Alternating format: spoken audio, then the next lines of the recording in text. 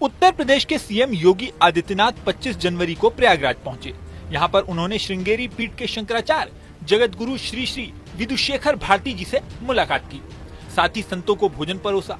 विश्व हिंदू परिषद BHP के camp में भी वो पहुंचे।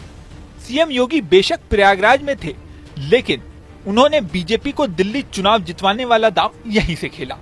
यहाँ उन्होंने साधु संतों की मौजूदगी में कहा, आप बांटने वाली ताकतों से सावधान रहिए। भारत अपनी समृद्धि और पहचान पूरे विश्व में बना लेगा। कुंभ का संदेश ऐसा होना चाहिए कि हम जाति के नाम पर नहीं बटेंगे, क्षेत्र और भाषा के नाम पर नहीं बटेंगे। अयोध्या की तरह आपकी जो तमन्ना है वह साकार होगी। सीएम योगी के इस बयान को दिल्ली चुनाव से जोड़कर देखा जा रहा है। एक दिन पहले ही सीएम योगी दिल्ली में बीजेपी के लिए प्रचार कर रहे थे। दिल्ली में उन्होंने बीजेपी के लिए कई रैलियां की। इसके बाद 25 जनवरी को प्रयागराज पहुंचे तो दिल्ली का तो नाम नहीं लिया, लेकिन वो बात जरूर कहती जो बीजेपी को चुनाव में फायदा पहुंचाए।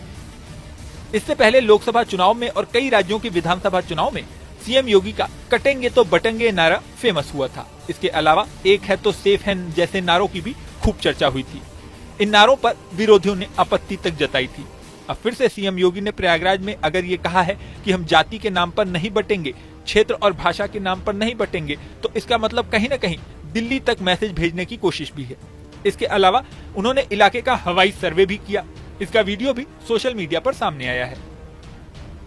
वहीं महाकुंभ की बात करें तो 25 जनवरी को ही मशहूर हरियाणवी सिंगर सपना चौधरी भी महाकुंभ पहुंची। उन्होंने संगम में डुबकी लगाई। इसके अलावा क्रिकेटर सुरेश रैना भी पत्नी प्रियंका और दोस्तों के साथ संगम में डुबकी लगाने पहुंचे। सुरेश रैना ने कहा, इस पवित्र आयोजन का हिस्सा बनकर मैं धन्य महसूस कर रहा हूं। इसके अलावा शनिवार को सुबह किला घाट पर यमुना में एक नाव पलट गई। नाव में 10 लोग सवार थे जो यमुना में डूबने लगे। जल पुलिस ने तुरंत लाइफ जैकेट और रिंग्स फेंककर सभी लोगों को बचा लिया। जहां हादसा हुआ था वहां यमुना जी की गहराई करीब 35 फीट थी। सभी को प्राइमरी ट्रीटमेंट के लिए अस्पताल भेजा गया है। बताया जा रहा है कि सभी की जिंदगी सुरक्षित है।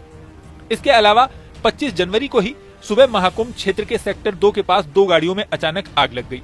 फायर ब्रिगेड की टीम ने आग पर तुरंत काबू पा लिया। अधिकारियों का कहना था कि आग मामूली थी और इस पर तत्काल काबू पा लिया गया। घबराने की कोई बात नहीं थी।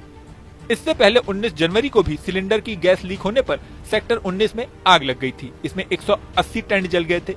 उस पर भी प्रशासन ने तुरंत काबू पा लिया था। किसी भी तरह की कोई जनहानि नहीं हुई थी। कुंभ के क्षेत्र में जबरदस्त भीड़ को देखते हुए प्रयागराज के शहरी क्षेत्र में 25 जनवरी से 3 फरवरी तक कक्षा 8 तक सभी स्कूलों को बंद कर दिया गया है। बच्चों को ऑनलाइन पढ़ाने के निर्देश दिए गए हैं। आपको बता दें कि 27 जनवरी को प्रयागराज में महाकुंभ क्षेत्र में गृह मंत्री अमित शाह पहुंचने वाले हैं। इसके बाद आने वाले दिनों में राष्ट्रपति द्रौपदी मुर्मू और प्रधानमंत्री नरेंद्र मोदी के भी आने की संभावना जताई जा रही है।